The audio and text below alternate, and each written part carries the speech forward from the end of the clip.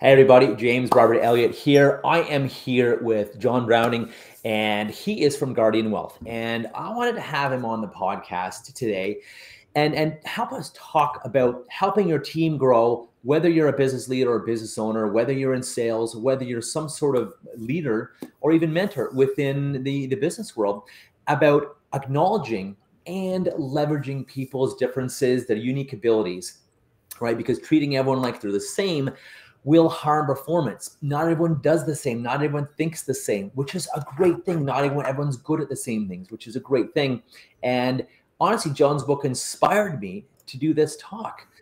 John has a book called Build a Life, Not a Portfolio.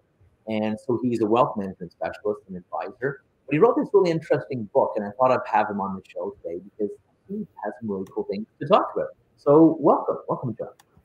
Well, thanks for having me, James. I really appreciate it, and I find what you talk about very interesting, and it tends to dovetail with a lot of what I talk to folks about. Agreed, and that's why I thought this is such a cool person to have on the show, and sure, it certainly relates to wealth, but it's I think the themes of really being, as you said, being an empathetic leader, and yes, realizing that people have differences and respecting them. Talk to us a bit, because your book has a really cool chapter on snowflakes, how they're all different and how people are all different as well. And so talk to us about weaving that theme into, yes, wealth, but also really, leadership and helping people, being of service to people.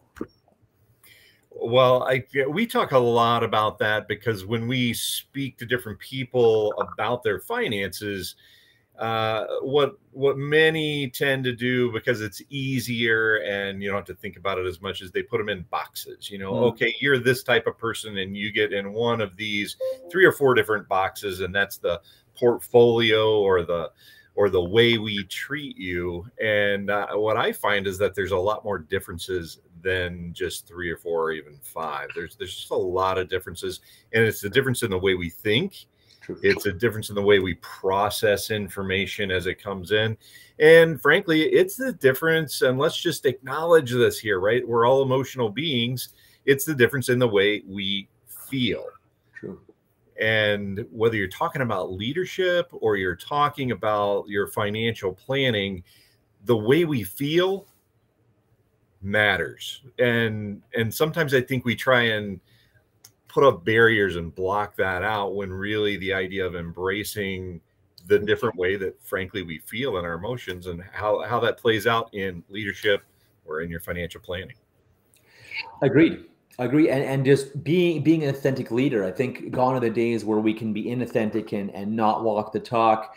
I mean, people are not putting up with it anymore. I mean, look, people are quitting because they're being asked to come back to work. And it's like, no, you can't work remotely anymore. And people are quitting for that. It's interesting how everything is changing. And this new leadership 2.0 paradigm, I think, needs to be an authentic, empathic type of leadership, and all about the people versus chasing the money or the raise or the promotion, which my thoughts are, if you focus on people, serve, give your best, you will get promoted. But if it's all about money and getting ahead and not about helping people win, that's what a leader does, in my opinion. It takes responsibility for anything they want to have accomplished, including things that may not be their responsibility.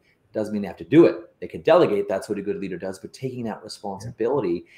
And so this is why I wanted to have you on. You had some great thoughts on leadership, and just like money, what you chase will run, like I said. And it's that building a life versus a portfolio. Having the interest of life, and how do I maximize and live in balance, life work balance, life travel and enjoyment balance. Now, I don't know if the statistic is totally correct now, but years ago, not that many years ago, people would die on average 3 years after they retired. It's very sad, 2 to 3 years after. That might have changed, but not by that much. And I think, like you say in your amazing book, by the way, guys, it's available on Amazon. Build a Life, Not a Portfolio. It is a great theme in your book too. It's about building a life that's sustainable and enjoying life now, while, yes, building a great reserve for retirement. But also, if you want to climb that mountain, do it now versus when you're 60 or 70 and have all that money or you're retired or whatever. You save, save, save. Now I can enjoy life. Well, I don't know. Can you climb a mountain at 60 or 70? Hopefully, but you Yeah, never maybe know. that'd be You know, great. You know, you know, exactly. Or skydiving. I want to skydive this summer. Can I do that at 60, 70? Probably, maybe. I don't know, but you never know. And I think you're right that we never, you know, COVID and this whole thing has shown us you never know what's going to happen in life. You never know what's going to throw at you. So be smart is my thinking. And I love your thoughts on this too, what you advise people. Be smart and also enjoy life. What are some things you advise people, leaders, or both in terms of getting the most out of life and leadership and fun and enjoyment?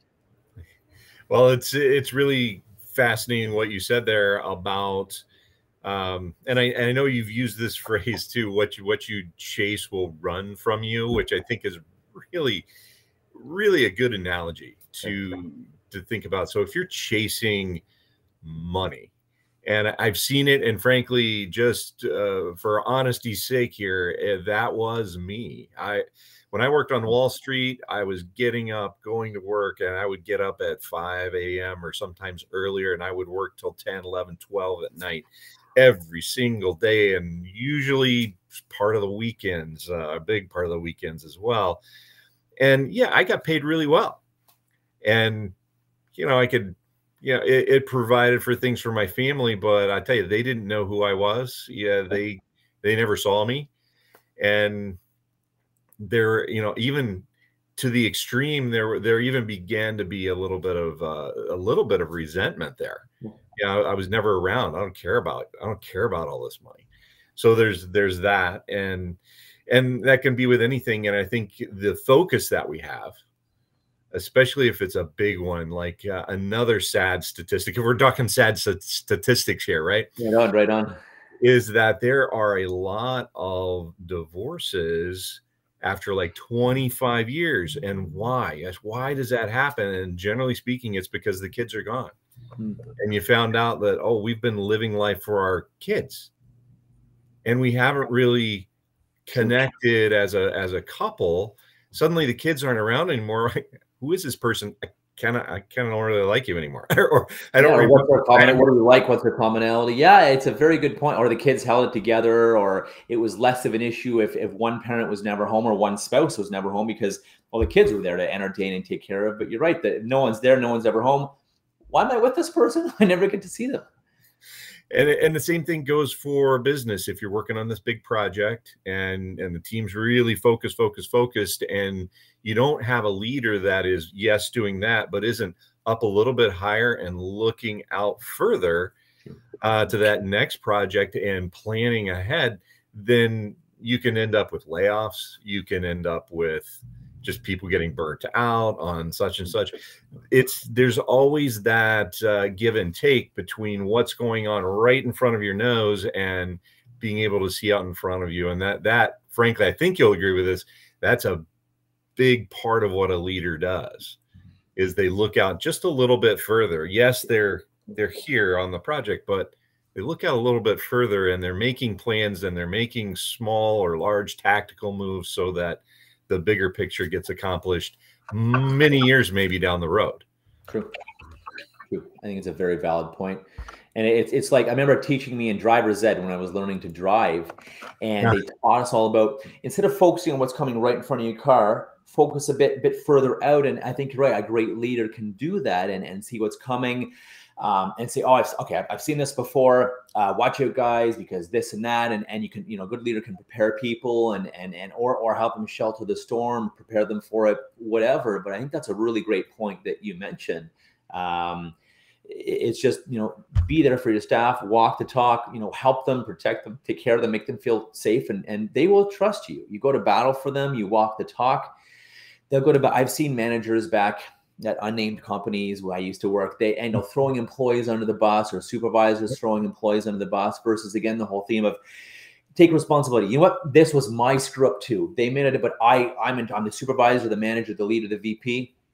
I take responsibility too. It was both of our screw up. We're going to fix this. We're going to make it better. We'll make sure it doesn't happen, and support each other, versus just the blame game, which nothing improves other than someone looks like crap who and maybe it wasn't that bad of a thing, or maybe they just don't have the support or the leadership they need, or the training or the whatever, and no one knows that how to support this person and their unique differences. Maybe they are more of an auditory learner or more of a visual learner. They need more visual types of learning and information, emails, things to see. I'm one of those people. I can have a conversation on the phone, but afterwards I need a follow-up or something to look at, or a Zoom or notes or a website or a form or something to really, something to read to really get it. Other people need to be taken through something. More tactile learners, still more people, and this is a subset of people, smaller subset, but they need to be very detailed, and they all the data, all the details, all the like mounds of research that would bore the hell out of me, actually, get it and to understand. And you said something earlier that was valuable, and I love your thoughts on this. Being an empathetic leader, realizing that people are different, and that's a good thing, and not for the love of Pete, treating everyone like the same thing. What can happen whether it's you and your business working with your clients, whether it's a business leader, a business owner, what happens? What can happen, and what harm can be done when you treat everyone in a box? Everyone is the exact same. Well, I think the first thing that happens is one or maybe sometimes all of the individuals on your team or whoever it is you're talking to begin to feel that they're not valued. That's fair. Because when somebody feels like they're not valued, they're going to be looking for a next opportunity, or they're going to be looking for reasons to stay home and maybe scroll through their feeds instead of actually working on the project because oh, why bother? Nobody appreciates me. And that's a real feel. I mean, we meaning older people like myself who've been through this tend to be like, oh, those are those younger people who just don't want to work. But really what the truth is, what I found when I was an executive on Wall Street, I found that it was really because as the older person, as a senior person, I wasn't valuing the younger person's point of view and perspective. And I think that's the number one thing that happens when you don't recognize the value in the differences. Thank you. Right. And the age isn't to your point. Oh, they're young, or they don't know this, or they're this, or they're that, or whatever stereotypes or whatever out there. I think you're right. We can lose a lot. And I found that at first many years ago. And then I started being able to learn from my clients or learn from kids. I'm like, that is genius. I'm going to start using, I said to this little girl one time, I said, that is so amazing. Where did you learn that? And she's like, I don't know. It kind of just makes sense. I'm like, she was like 11. I'm like, can I use that in my presentation? She's like, of course. It was so funny. I'm like, my nieces, my nephews, it's amazing. Some things that people say, or my students or my clients, just our audience feedback, audience questions. Someone will ask a question. I'm like, wow, that is genius. And to your point, sometimes it's people that are younger or maybe not in leadership roles if I'm teaching them, or maybe they're in a junior position, but the amount of learning and things you can learn, I think are great. And I think that's also why we have this great resignation.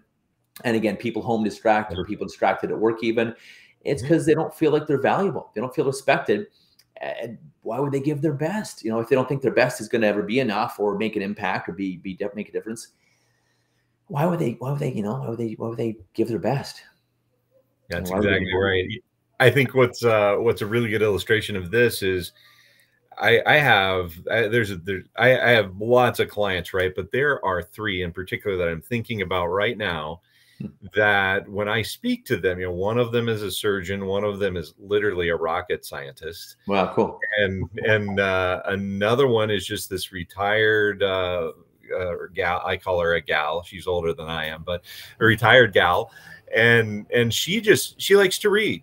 And so she'll ask questions, and, she's got expertise in the area of environmental social governance. So we start to have these conversations, and suddenly I'm like, what, that's a really great idea I hadn't thought about. There's no way that I can keep track of all the information in the world about our, every single investment that's out there.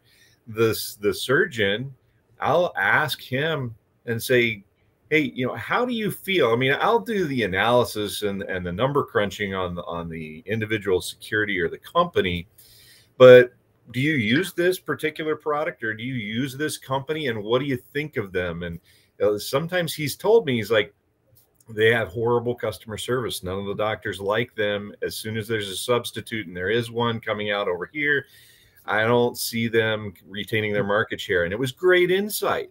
If I just said, hey, we're buying this, that, and that, we're putting the portfolio together this way, and I didn't listen. And the same thing with my rocket science guy. You know, he's like, you know, I'll ask him questions about, you know, certain technical aspects that I know I'm probably never going to understand fully as a financial guy. And he gives me great insight on that side of things too. So Very cool. That's just another example of how it can work really well.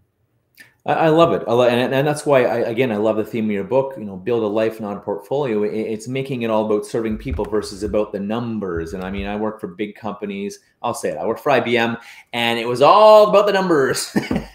And it was interesting how, and now IBM is, you know, struggling a bit in the market lately. Among some of the more younger, more entrepreneurial, more culture-centric, culture-focused people. And I think IBM is learning a good lesson as well around this also. And it's just interesting, like you said, it's treat people like people. And as a leader or mentor or salesperson, business person, whatever it is, entrepreneur, you know, make it about service and make it about your fulfillment and what you're passionate about, instead of making it about the money, because people could tell if you're only there for the money or for you know, building your own success or patting yourself on the back, and they're not going to support you, and thus you're not going to win long term. Versus the long term way to win is that people, you know, you can be influential. People, you have that rapport and that trust. You get that trust from people by walking the talk, doing what you say you'll do, saying what you do. And not throwing in people in a bus, protecting your people, giving them your best, and again, taking responsibility for what you want to happen, even if it's their job or their role, right? I'm so sick of the whole, oh, that's not my job type thing when you call an organization or the government or whatever. And it's like, well, maybe take responsibility and make sure it gets done. And if everyone did that, the company's going to do really, like you said, you know, the one company is going to lose market share because of the way they're treated. I think it's a great way for companies to grow. Incredible way for people to grow, to just have that approach of everyone does their best. Everyone is, it's like an entrepreneur mindset. I am everything and everyone. I can help, or at least get resources for someone, or find a way to take responsibility that it gets done, even if it's someone else in the company or my team or organization that's actually doing the doing, making sure taking that responsibility, I think is key. And so that's why your book resonates with me. Yeah. That is very true. And you know, it's really interesting. I promise only to get nerdy for a very short period of time. Yeah, go ahead. And just as an aside, this is not investment advice, but when we look at innovation and investing, it's a very important topic. And we look at companies like IBM, old line companies who have been innovative arguably for their entire existence. Yeah. And then we look and we see what has happened over the past several years. And, you know, they've done share buybacks. They've concentrated more on dividends and all that. And they've lost something in the translation. And sometimes I think that can happen, whether it's in investing or leadership or anything else, that you begin to get distracted from what your core vision is. True. And that again comes back to the idea of planning ahead, building your life, not your portfolio, and that keep your focus not on sort of that immediate quarter by quarter thing, but that focus out there, like you said, like with driving. I'm teaching my last of 6 how to drive right now, so that resonated with me. And I keep telling her, you got to look way out there, but she always looked at the line, and then you go to what you focus on. You start exactly over to the line. Right on. Right on. Yeah, it's so great. It's such a great thought. And when did you first learn? When did you first have the epiphany? Like I did. I was someone focused on the money too, and it wasn't fulfilling. It wasn't purposeful. It didn't make me happy. It's way more fulfilling helping people, and the money does come because people realize you actually are genuinely trying to help and give your best. They're like, look, can I refer you to someone, or you know, let's do business, or can we do this? Can we do that? it's really interesting when people see you want to give your best. When was that? When was that epiphany for you? How did that happen? Well, I think when I had what really happened to me was kind of a sad day. So it was on 9/11. I was in Chicago, thankfully, Yeah. but on any given day, I would have been in that second tower. Wow. And I was on the phone. That was back in the days when I had one phone like this and the other phone like this, right? And we were doing the trades.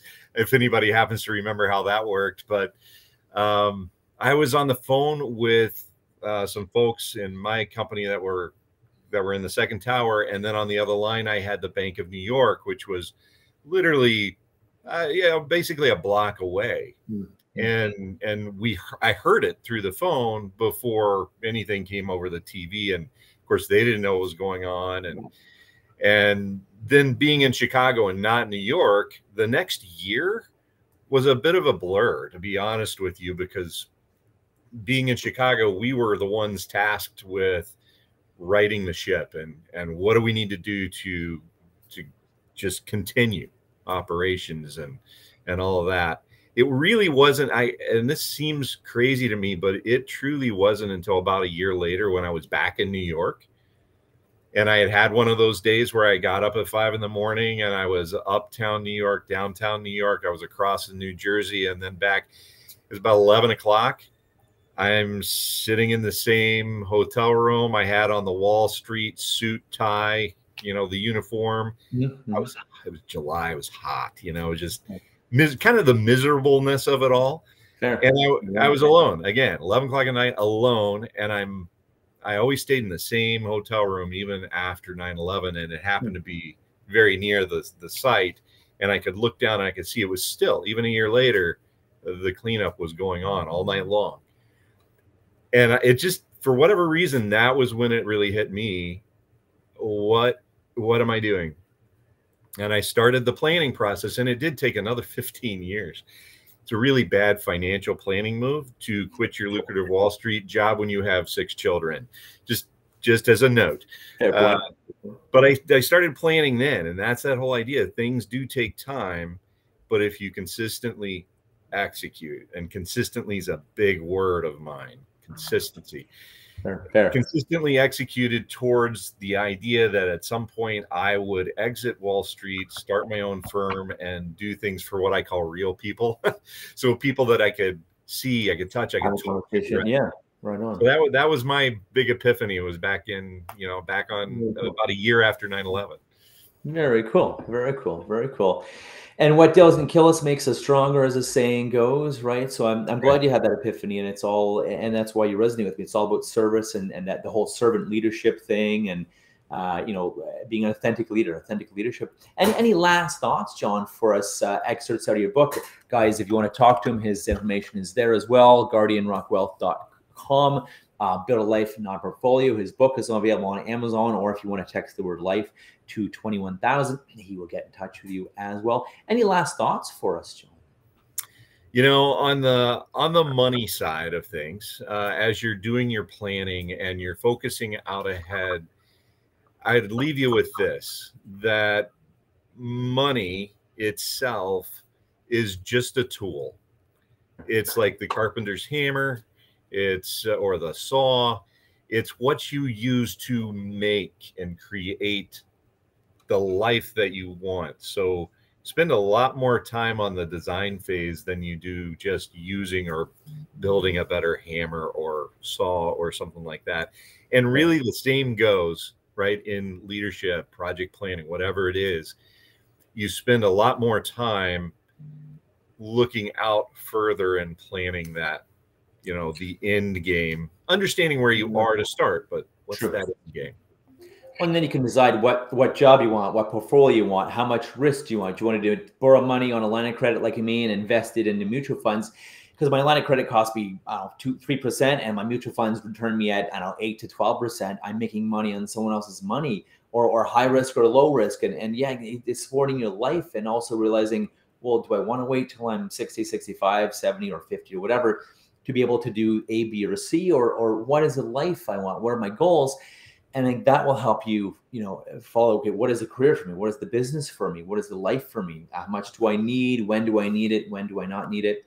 And to your point, the fact that we are different is actually a strength. And I love strengths. And I love that you use that as a strength and see that. And again, leverage that with working with people and their portfolios. I think a lot of business leaders and business owners also need to really treat everyone like they're different, and realize that everyone is doing the best they can with the resources they have, the learning, the growth, the life experience. So no one, it throws out the whole, oh, they're an idiot, or they're stupid, or they don't know what they're doing, or they're new, or they're whatever. We all have value. Everyone has different value. And I think it's an ignorant thing to do to think someone doesn't have value, or say someone doesn't have value, because we can all bring something to the table. And I think it's a very powerful thing when you realize, okay, well, that's their strength. That's what they're amazing at. Awesome. Let's get them doing that all day long.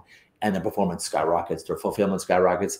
And like you said, instead of being on social media all day long, they're actually doing things, they're executing and performing, and they're winning. And then you're winning because they do what they love. So I love that theme. I love that your book has that theme as well. It's been a pleasure having you on. We'll have to do lots more of these. Absolutely. This has been fun. Thanks so much. Amazing. My pleasure. So guys, I'll put up there you go. The information for John right there. Reach out to him, ask questions, get his book on Amazon, Build a Life Non-Portfolio. It's been a pleasure, John. Thanks again. All right. We'll see you soon. Thanks, guys.